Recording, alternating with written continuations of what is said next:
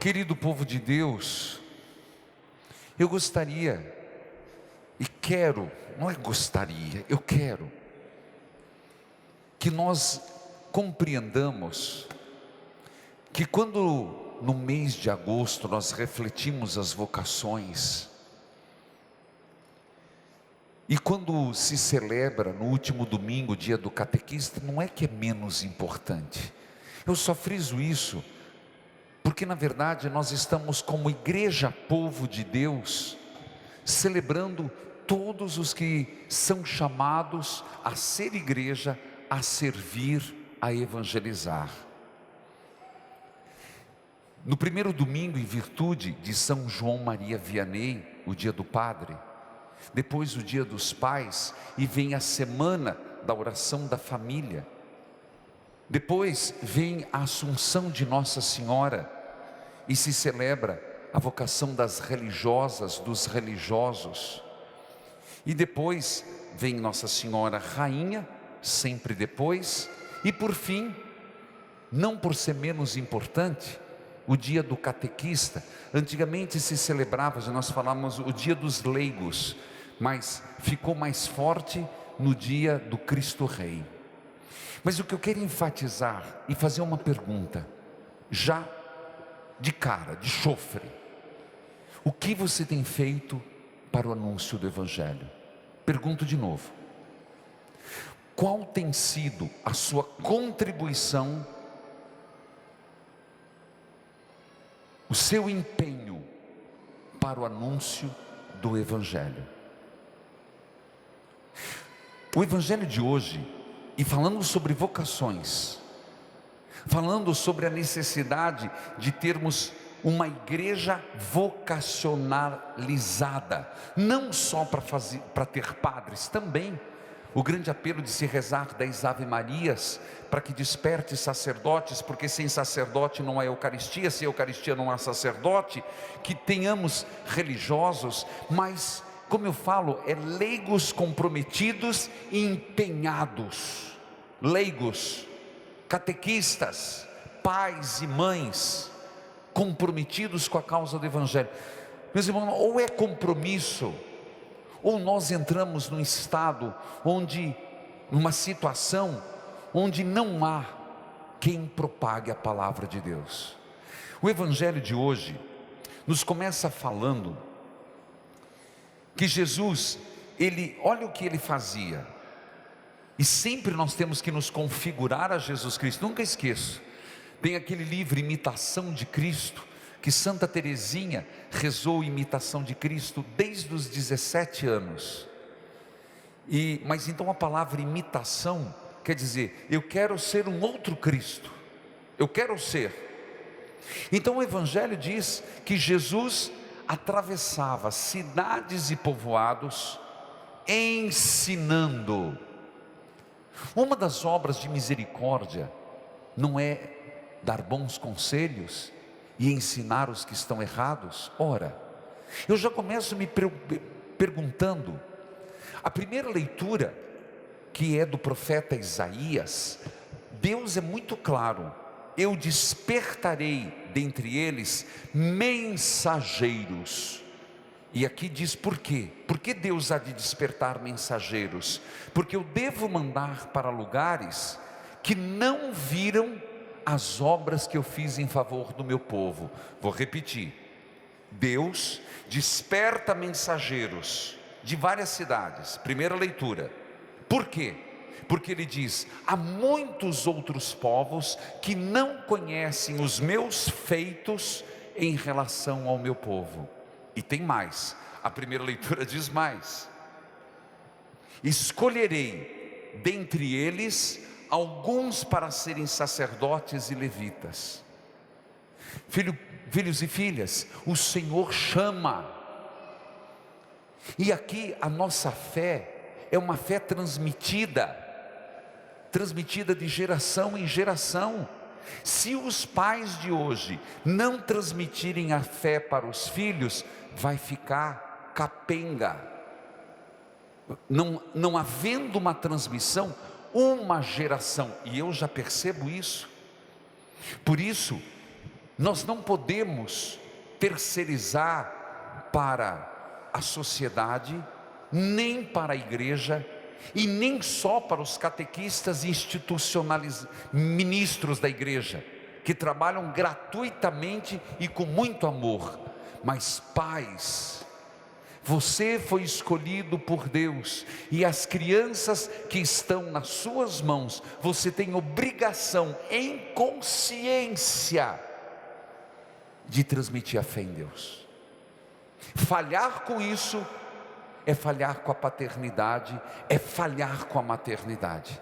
Uma mãe não é boa mãe, um pai não é bom pai, e um avô e uma avó que vê e não faz nada também não é um bom avô.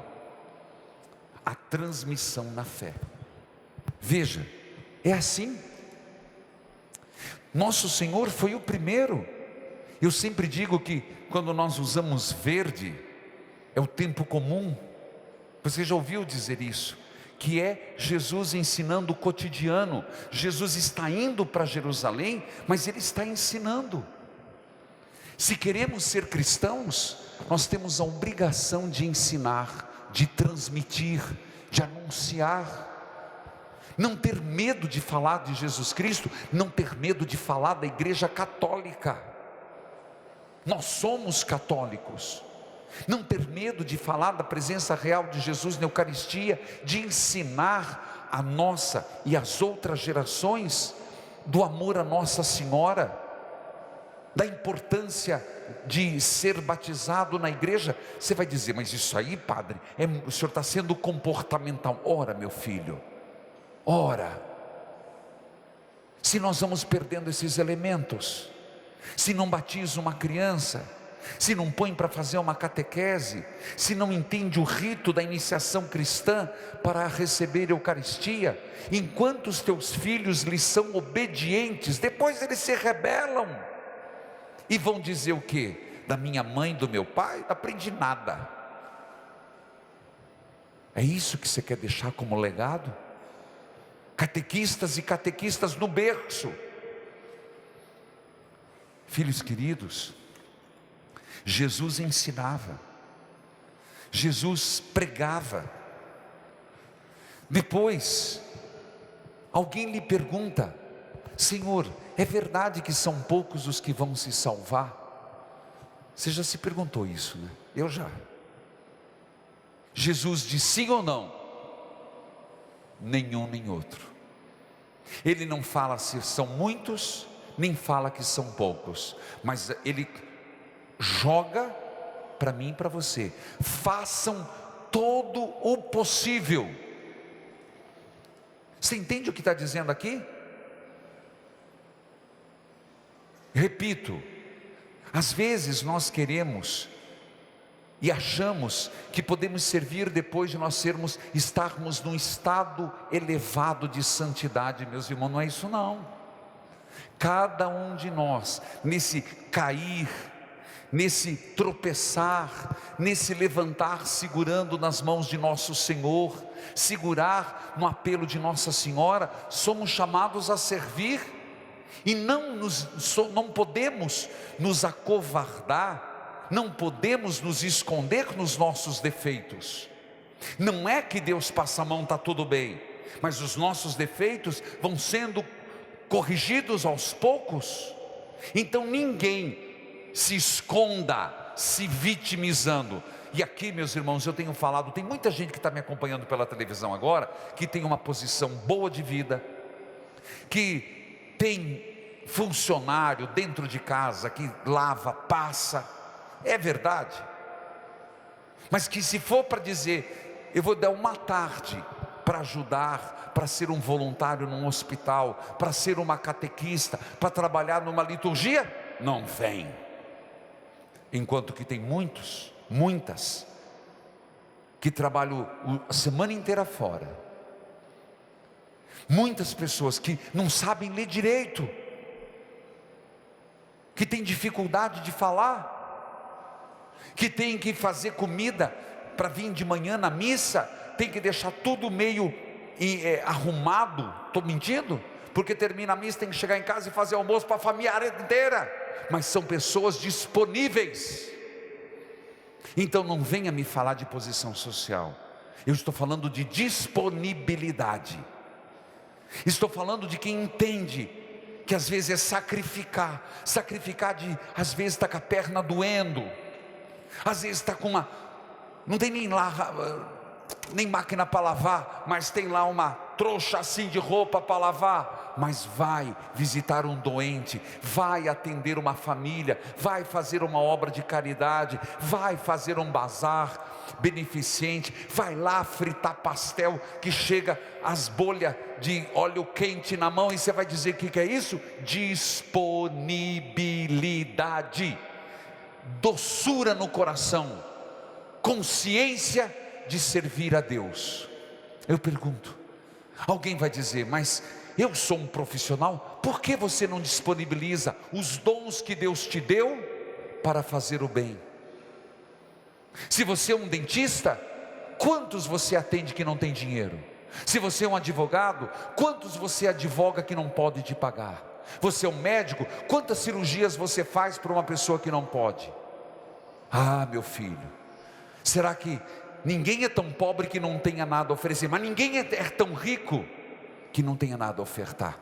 Cuidado, o fechamento em si mesmo, isso sim, não leva ao céu. É verdade, Senhor, que muitos não vão se salvar? Faça todo o teu possível. Se você não pode chegar aos 100%, eu não sei se na hora da morte, e você também não pode garantir que você vai chegar no 100%. 100% de santidade, 100% de boas virtudes, 100% de boas intenções. A gente vai no jeito que pode.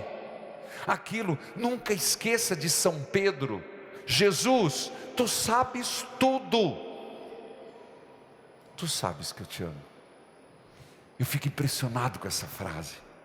Não é legitimando o erro, mas é que nós nem todos, e não tenho certeza que eu não vou chegar no meu 100%, mas ao mesmo tempo, olha o que o Senhor disse aqui: Senhor, eu fiz o possível, eu fiz o que estava ao meu alcance, eu me esforcei, mas também com Deus não se brinca. Lembra daquele Jesus também disse, o filho que disse eu vou e não foi, o filho que disse eu não vou e depois foi. Cuidado, o Senhor presta atenção nas respostas. Eu estou falando de vocacionados, eu não estou falando aqui para todo mundo ser padre, que bom que desperte vocações sacerdotais, não estou dizendo para todo mundo ser irmã religiosa, aqui não, estou dizendo para você se sentir um vocacionado de Deus, e onde você está, onde Deus te plantou, florescer, e fazer alguma coisa para o reino de Deus, porque Ele diz aqui, a porta é estreita. Quando Ele diz que a porta é estreita, Ele está dizendo que não são as coisas mais fáceis. De novo vou lembrar de Santa Teresa: amar não é no muito gosto, não é no muito gosto. Tem hora que quem ama uma esposa, um marido, não tem mais muito gosto naquele dia, mas ama Deus. Servir a Deus também, servir a Deus não é no muito gosto, eu amo, e por isso eu dou o que hoje eu tenho condições de oferecer. Você compreende? Porque senão nós criamos uma expectativa em nós, e nunca nos sentimos aptos para fazer nada. É um perigo. Quem planta isso é o inimigo, que fica adiando, procrastinando, colocando bobagem na tua cabeça. Então o que faz? Ele não quer que você sirva, ele não quer que você pegue a bacia, ele não quer que você ajude, então ele fica colocando minhoca na cabeça. Filhos e filhas, diz o Senhor, a porta está aberta, mas vai chegar o dia em que ela se fecha. Então se esforce por passar, machucado, ferido, mas passemos. Eu gosto de lembrar que todo mundo fica fissurado Na verdade, a gente assiste Fórmula 1, não sei, tem gente que diz que assiste para ver os acidentes. Não, espero que não. A gente fica esperando o pódio, não é? Mas Deus não fica. Olha como Deus é bom. Deus não fica com a bandeirinha querendo marcar quem chegou primeiro. Primeiro lugar, segundo lugar. Deus fica naquela torcida para até o último que chegue. Não importa a hora, não importa machucado ou não, que chegue. Deus fica de braços abertos dizendo: mais um passo, meu filho, vem, você consegue, entra no meu banquete. Filhos, eu não tenho mais tempo para continuar meu sermão, mas eu queria deixar um dos textos que eu acho um dos mais fabulosos que tem, mas um dos mais difíceis. Hebreus capítulo 12, versículo 5. Eu já preguei retiro sobre ele, eu já escrevi sobre ele, mas eu apenas lanço uma pista. Por favor, você está em casa, pega a tua caneta, você que está aqui, leia Hebreus capítulo 5, versículo 12. Eu digo que para mim, Padre Reginaldo, foi a resposta de muitas coisas que aconteceram na minha vida. Hebreus capítulo 12, versículo 5, e não precisa ir longe, do 5 ao 13, eu queria que você repetisse uma, duas, lesse até entender. Eu confesso que quando eu li, eu queria arrancar essa página da Bíblia. Hebreus capítulo 12, versículo 5, eu queria arrancar, porque diz aqui que Deus ama, e por isso nos educa, e chega até nos castigar porque nos ama.